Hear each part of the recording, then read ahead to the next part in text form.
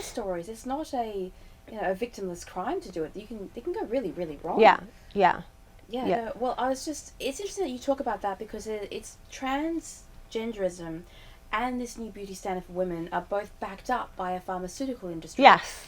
There's a money-making pool behind it. It's not just about looking beautiful. It's also making a profit.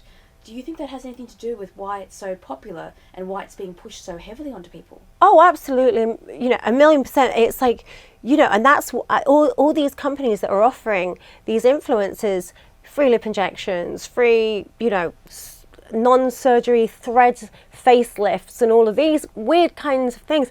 They're doing it in order to generate more money. And the same with telling women not to have children and put their careers first. You went through a stage and you see all these Hollywood celebrities having children in their 40s and 50s, but they're all having IVF. They're not having children. Surrogates. Yeah, or surrogates. Somebody else who just delivers a baby to them. Yeah. But normal women can't do that. We can't afford to just have someone carry our child. It's an unrealistic expectation. And that's what happens. No one's saying, remember that all these women in Hollywood in their 40s and 50s are all paying absolute, tens of thousands for, treatments so they can have babies. So, they've pushed this idea on young people. I've had it happen to so many of my friends. They kind of realize they've got to their mid-30s or late 30s and they're like, oh my God, I never settled down. I always put my career first because I was conditioned to do so. Now I'm going to have to get IVF and spend all this money. And obviously, you can only do it if you've got that kind of money to do it.